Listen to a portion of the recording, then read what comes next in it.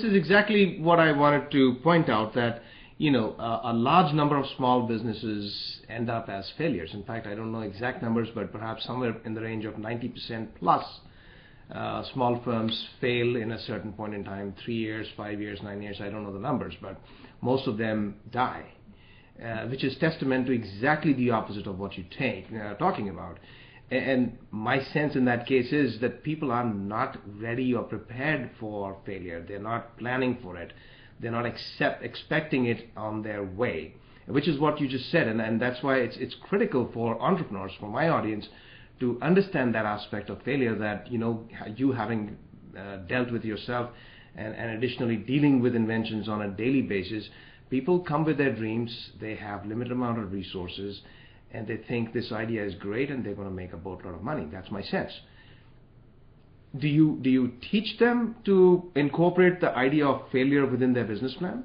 Oh, absolutely. We are very clear about how, this is very risky. You're going to go out and do something the world hasn't done before. We don't know what the market's going to accept or reject. So there's a lot of hypothetical in there, but you must embrace it with hope, because hope is what lets you get back up off the floor when you've fallen down. So we just keep the mindset of failure is part of the process.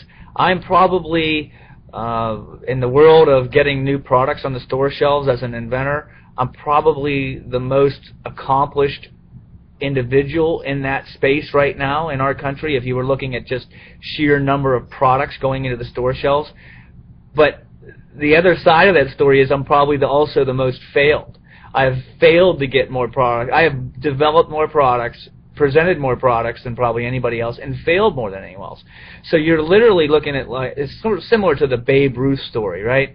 He's the strikeout king, and he's also the home run king. And if you're going to be an entrepreneur, you need to be prepared to be a strikeout person. And if you're not prepared to do that, you need to seriously try to get yourself around as many successful entrepreneurs as you can, and really just focus in on the questions of, tell me about your failures. How many times did you... Walt Disney went into bankruptcy several times.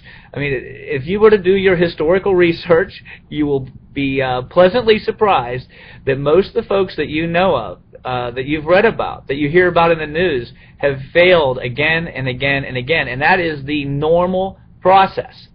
So work on your mind, prepare it for failure, hope for success. And then, of course, try to keep people around you that will help, positive people. That's, by the way, another very important part of this story, and that is if you surround yourself with people who do not have a positive mindset, you will be forced to, eventually start to not believe in yourself.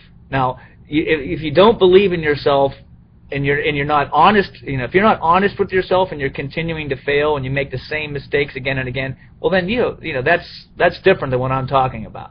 What I'm talking about is when you fail, you study what it is that you were trying to do and why you failed. And if you can identify the failures and where they were, well then what can you pull out of what did work? Where are the little bits and pieces that worked? And then eventually, if you keep adding up these little tiny pieces of what works, you're eventually going to have something very compelling.